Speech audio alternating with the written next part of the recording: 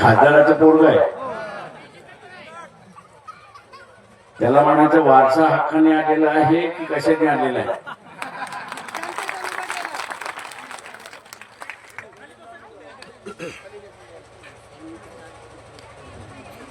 हे जे घराणीशाही चालवणारे जे खासदार आहेत,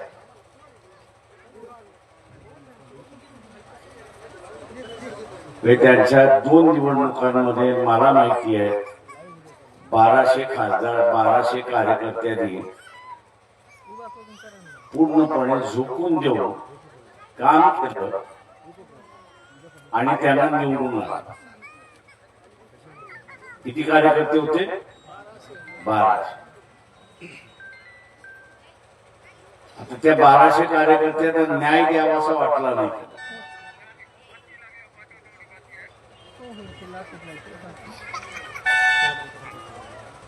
त्याच्यापैकी असणाऱ्या एखाद्या कार्यकर्त्याला, ओय सैनिक, ओ सैनिक, इथे नीट उभा राहा, तुम्ही खाली बसून घ्या. आता खासदाराला असं वाटलं नाही की त्या 1200 कार्यकर्त्यांनी आपल्याला झटलंय, त्याच्यापैकी एकाला उमेदवारी द्यावी.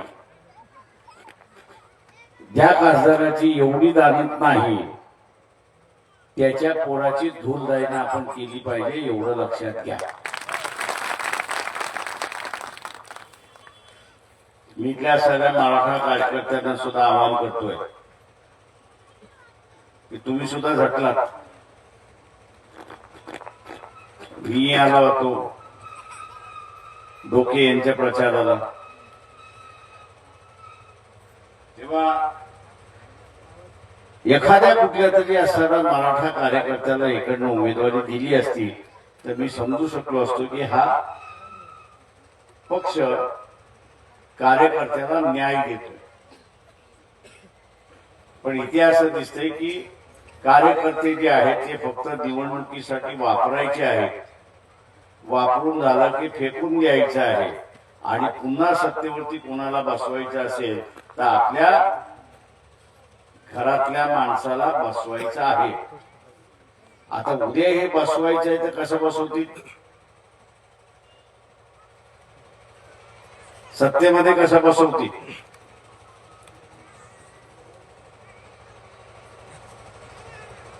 सत्तेमध्ये कसं बसवतील?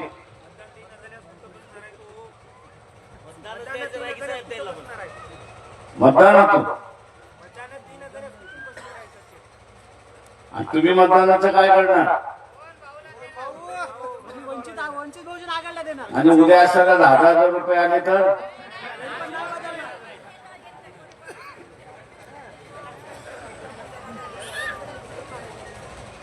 उद्या 10,000 रुपये एका मतदाराला आले तर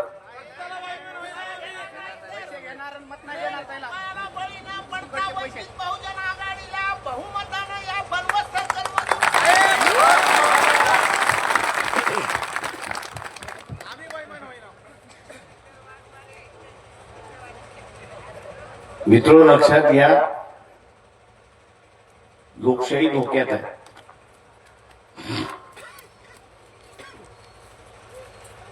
जिल्हा परिषदेच्या किती जागा आहेत परभणीमध्ये? 54. काँग्रेस पक्षाने किती उमेदवार उभे केले?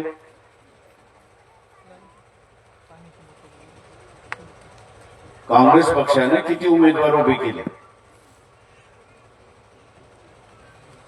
किती केले? या 54 पैकी किती उमेदवार उभे केले? सगळे 54च्या 54 उभे केले काँग्रेसने? राष्ट्रवादीने सगळे 54च्या 54 उभे केले? उद्धव सेनेने 54च्या 54 उभे केले का? एकनाथ शिंदेने तरी केले का? का नाही केले? प्रश्न हा आहे की का नाही केले? त्यांच्याकडे कार्यकर्ते नाहीत का? आहेत. पण जे दडपशाहीचं राजकारण चाललेलं आहे, धमकवण्याचं जे राजकारण चाललेलं आहे,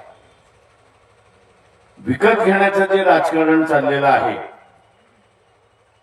त्यातून सत्ता ही माझ्या कुटुंबामध्ये आणि माझ्या पक्षामध्येच राहिली पाहिजे,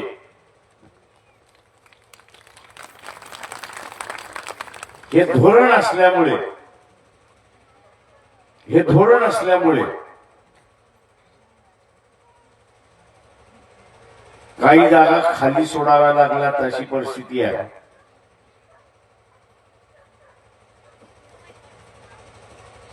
ही जी परिस्थिती आहे लोकशाहीला पोषक आहे की मारक आहे?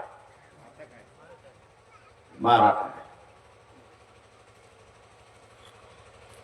इथे भारतीय जनता पक्षामार्फत आणि त्यांच्या असणाऱ्या मित्र पक्षामार्फत एक खेळ चाललेला आहे आणि तो म्हणजे इथला राजकीय पक्ष संपवणं हा खेळ चाललेला आहे. समजा हे राजकीय पक्ष संपले आणि भारतीय जनता पक्ष शिल्लक झाला तर काय होतं?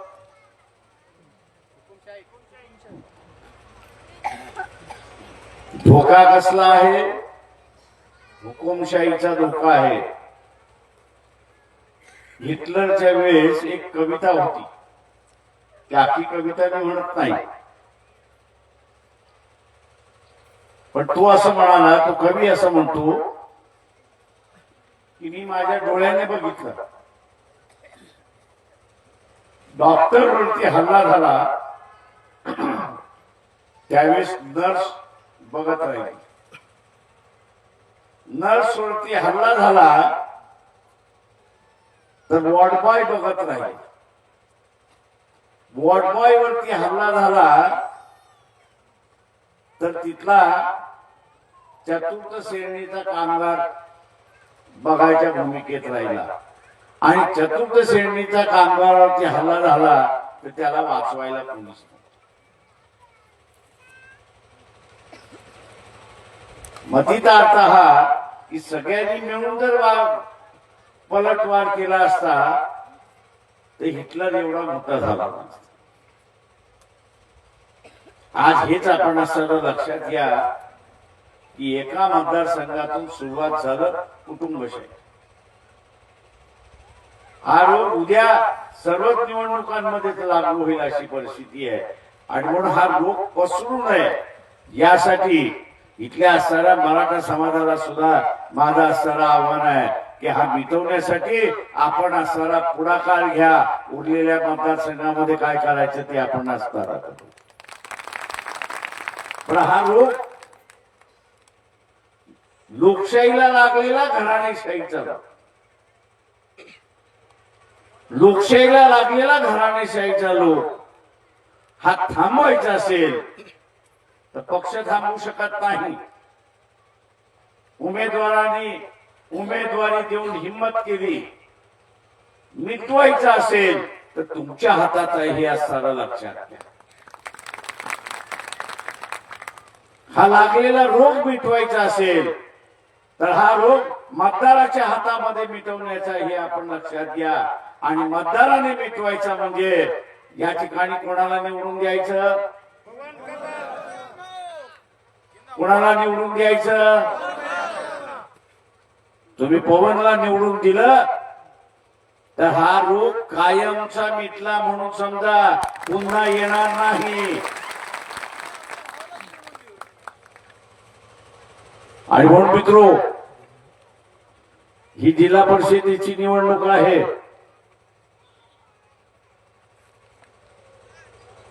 हा राजकीय रोग कुठल्याही इलेक्शन पासून लागतो, त्या कुठल्याही इलेक्शन मध्ये लागणार नाही याची दक्षता आपण त्या ठिकाणी घेतली पाहिजे. पवन हा कार्यकर्ता ओबीसीच्या लढ्यामध्ये सिरियस हल्ला झाला होता. काही डॉक्टरांनी याला असंच ठेवा, अर्धा तास अल्ला प्यारा होऊन जाईल म्हणून असताना घोषित केलं होतं.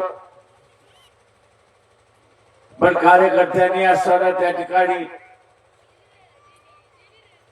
डॉक्टरांना सांगून अमुक करून सगळं असताना बाहेर, आणि आज तो आपल्या समोर उभा आहे. एक त्याच्या हिमतीची असणारी आपल्याला दाद देता येईल, नाही तर अनेक जण गांडीला पाय लावतात आणि पळून जातात, अशी असणारी परिस्थिती आहे.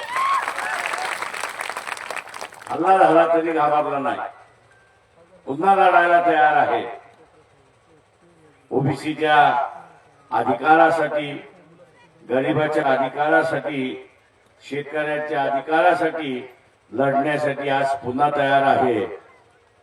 तो तुमच्याकडे काय मागतोय? काय मागतोय? काय मागतोय? काय मागतोय? काय मागतोय? काय मागतोय? त्यांच्या बरोबर इतर उमेदवार आहेत, त्याच्या बरोबर इतरही उमेदवार आहेत.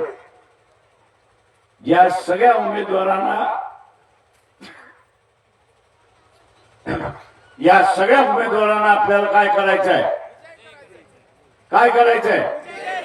काय करायचंय?